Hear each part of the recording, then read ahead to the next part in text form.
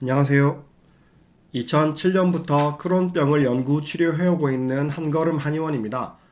오늘은 조금 드문 크론병 사례 한번 소개할까 합니다. 여러분, 비염과 크론병은 연관이 있을까요, 없을까요? 양방의사분들은 당연히 이야기할 겁니다. 비염은 호흡기 질환이고 크론병은 소화기 질환인데 두 개는 당연히 다르다. 이렇게 이야기하겠죠. 비염은 호흡기 질환이라서 호흡기 내과나 이비인후과에서 볼 것이고, 크론병은 소장, 대장에 염증이 생기는 질환이니 소화기 내과에서 보겠죠. 호흡기 내과나 소화기 내과는 완전히 달라서 아예 서로 다른 분야고 서로 잘 알지도 못해요. 다시 말해서 호흡기 내과 의사들은 소장, 대장에 대해서 몰라요. 소화기 내과 의사들은 비염이나 폐질환 이런 거 모릅니다. 서로 상관이 있다고 생각도 안 하죠. 하지만 한의학의 장점이 여기서 나오는데, 한의학은 인체를 따로 떼서 생각하지 않아요. 인체를 하나의 몸으로 전체적으로 인식하고 치료합니다. 이것을 전인적인 관점이라고 부르는데, 사람 몸을 따로따로 떼서 보기보다는 하나의 유기체로 파악한다는 거죠. 크론병 환자가 비염이 있어요. 그러면 양방에서는 이것을 신경도 안 씁니다. 소화기 내과 의사가 크론병 환자를 진찰할 때 이 크론병 환자가 비염이 있냐 없냐 하는 것은 물어보지도 않아요. 아예 신경을 쓰지 않죠. 그런데 그래도 될까요? 자, 여기 환자 사례를 한번 살펴보겠습니다. 원래는 2023년에 크론병으로 한걸음 한의원에 내원해서 치료한 10대입니다. 2023년에 치료해서 크론병 증상이 많이 좋아지니까 2024년 초에 환자분이 알아서 치료를 중단했습니다.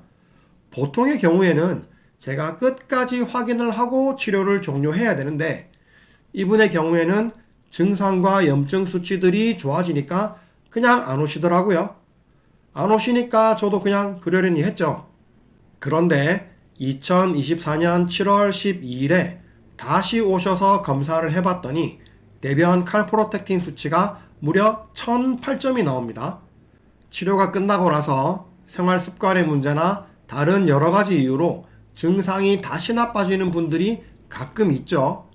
그런 경우에는 지난번 치료에서 어떤 처방이 효과가 있었는지 알잖아요. 그래서 그 효과 있는 처방을 다시 쓰면 보통 그냥 쉽게 다시 좋아집니다. 그래서 이 환자도 다시 그 처방을 썼고 10월 7일 즈음에 다시 검사를 했는데 대변 칼프로텍틴 수치가 다시 1187점이 나옵니다. 이거는 좋아진 게 없죠. 오히려 조금 올라갔잖아요. 뭔가 이상하죠. 치료를 했는데 좋아지지 않았어. 더구나 이 처방이 이전에는 효과가 있었던 처방이란 말이죠. 그러면 뭔가 제가 놓친 다른 문제가 있는 거죠.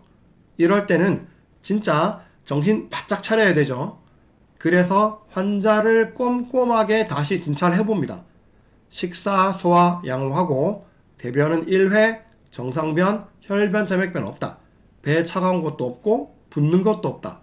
다 정상인데 가끔 코가 막힌다. 찬바람 쐬면은 맑은 콧물이 나온다. 눈도 가려워서 잘 비빈다. 비염 증상이 있죠. 사실 이 비염 증상이 이전에도 있었어요. 지난번 치료할 때는 비염을 치료하지 않아도 크론병 증상이 개선되어서 비염을 그냥 놔둔 거거든요. 그런데 이번에 재발에서는 이전 약을 써도 듣지 않고 모든 증상이 다 정상인데 염증 수치만 높아요. 그래서 이것을 확인하고 나서 바로 처방을 바꿉니다. 비염 중에 소화기 문제를 함께 동반하는 비염이 있는데 이 증상을 함께 치료해 주는 거죠. 옛날 고서에 보면 심하유수기라고 해서 심하에 물의 기운, 수기가 있다 라고 하는 조문이거든요. 심하라고 하면 심장의 아래쪽, 여기 명치, 상부 소화기 부위를 말하고, 여기 심하에 유수기, 물의 기운이 있다 라고 말하는 거죠. 상부 소화기에 수액 정체가 있어서 소화도 안 되고 비염 증상이 생긴다 라고 말하는 것입니다. 소화기 문제가 동반된 비염을 의미하는 거죠. 그래서 심하유수기, 심하의 수기를 치료하는 약물이 들어간 비염을 치료하는 처방을 사용합니다. 다른 한의사분들이 보면 그거는 장염하고 관련 없고 비염 치료하는 처방인데 하고 말하는 약이에요. 그렇게 처방을 바꾸어서 치료하니까 치료 2달 만인 12월 6일에 대변 칼프로텍틴 수치가 41점. 드라마틱하게 좋아졌죠. 날씨가 추워졌는데도 비염 증상, 콧물, 코막힘, 눈 비비는 증상이 모두 없어졌다고 합니다. 네, 그렇습니다. 비염 또한 면역계 질환이고 면역력에 문제가 있어서 발생하는 질환이기 때문에 크론병이나 궤양성 대장염 같은 자가면역 질환에서 비염을 체크하지 않으면 안 되는 겁니다.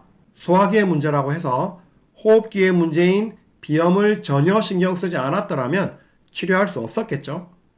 이전 내시경과 비교해 봐도 여기 이렇게 염증이 있던 것이 2024년 12월에 한 내시경을 보면 이런 염증 있는 부위가 없고요. 다른 곳에도 이렇게 있던 염증 부위가 2024년에 한 내시경에서는 찾아볼 수 없습니다. 많이 좋아졌죠?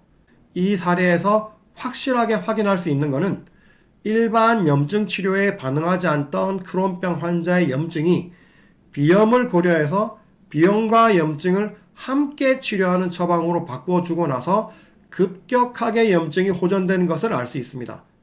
비염이 있는 크론병 환자의 경우에 비염의 치료도 중요하다는 것을 알 수 있습니다.